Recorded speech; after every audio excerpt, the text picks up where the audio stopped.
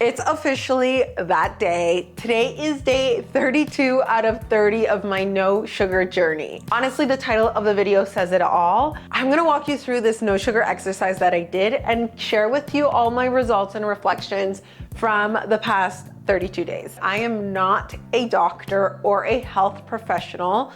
Everything that I'm sharing is my experience and the things that I did for myself, and I am just sharing that journey with you. But before we go on, I need to do a celebratory sip. Wow. It has been some time. Okay, let's start with the why. After my last appointment, that if you haven't seen my vlog, I'll put it here so you can check it out. I learned that I have seborrheic dermatitis, which is a skin condition that gets triggered by the cold, stress, and sugar. This type of dermatitis is essentially a fungus, and fungus loves sugar. I had severe breakouts this year starting in October as soon as the weather changed. So when I went to my last appointment in December, she really stressed that I needed to stop having sugar, and really that was the catalyst of like, okay, maybe it's time that I listen to her. I strategically waited until after the holidays and after New Year's Eve because I knew we were gonna have some delicious leftover that of course I had to have and enjoy. So I started this journey on January 6th. Going into this, I was a little nervous because the last time I tried doing this, it was because my naturopath sent me on a candida cleanse, and it was a very rigid, no sugar, no carbs diet, and I was supposed to be on that for a month. I literally lasted 2 weeks because I was so weak. I had severe dizziness and a fatigue that I can't even explain to you.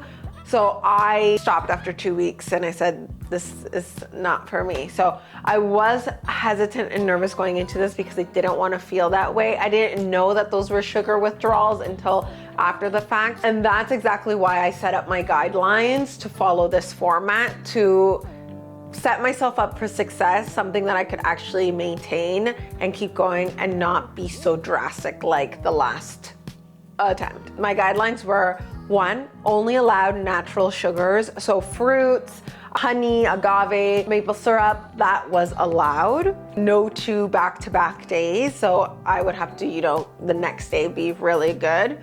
I allowed myself less than 1 gram if it was in like carbs or anything, just because I love crackers and most of the crackers are like 1 gram, and I'm like, okay, we're giving some flexibility here.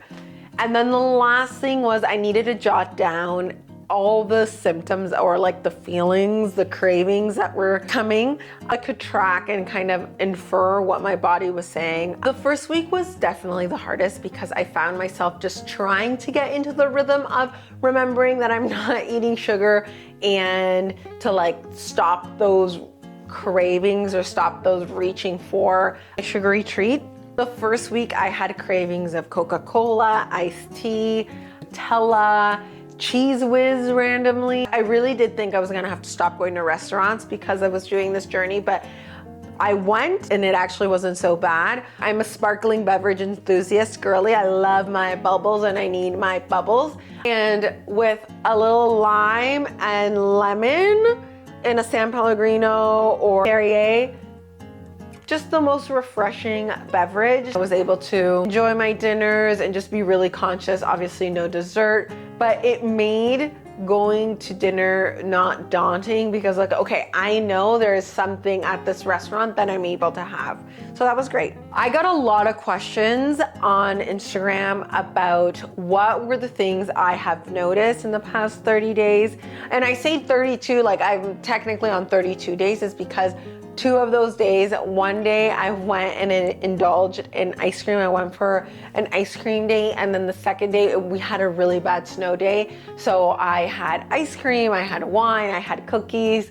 So kind of derailed for just the one day, but then we got back on track the next day. Remember, no 2 back-to-back days. So the things I have noticed, cravings during the first week were really intense. Fruit actually tastes like fruit again.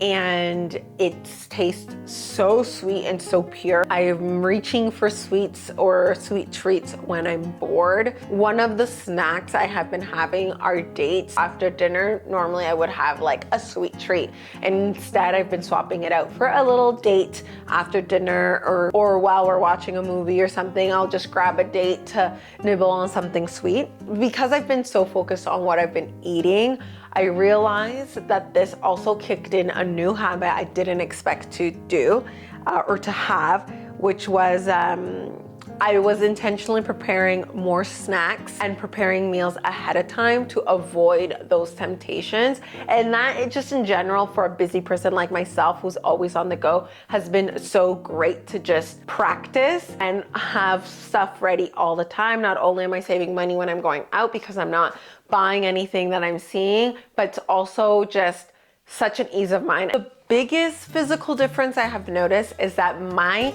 overall body swelling and bloating has significantly gone down. I'm gonna share some pictures here just because I was looking at myself throughout this month and I'm like, is that my body? Like, what? At this point in the game, so at day 32, I'm no longer craving sugar as intensely as I was that first week. I'm actually finding an indifference to sugar, like it's there, it's okay.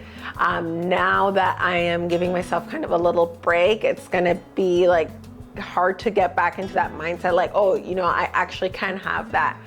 But it's nice to know that the intensity of the cravings are not as bad the further you go into this journey. And lastly, the whole reason why I did this was for my face to clear up. I have still gotten some breakouts, so I wonder if it's because I'm still getting too much sugar from carbs, or I never cut out dairy, so if it's the dairy that's causing me to break out.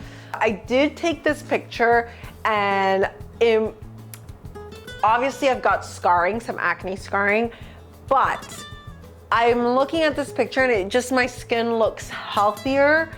I've also gotten a lot of questions about if I have lost weight doing this. And to be completely honest, I don't own an accurate scale in this house.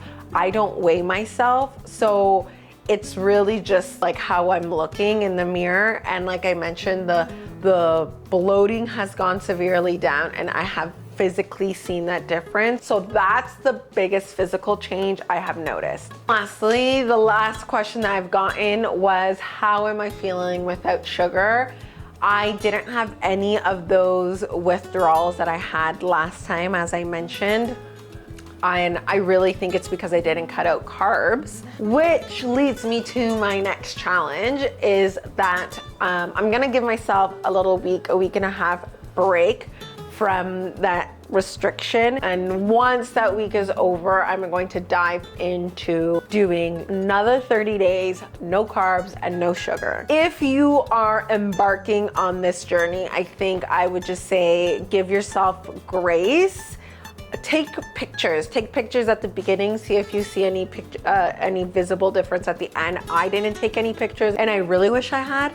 I think preparing your snacks so you're not falling into any temptations, that was for me a life hack, and I think that could be a life hack for anybody or any busy person.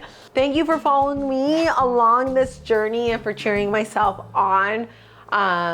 Those words of encouragement were really helpful. I feel like I'm missing something, but I don't know. If I did, just give me a question in the comments and I will answer them. But thank you so much.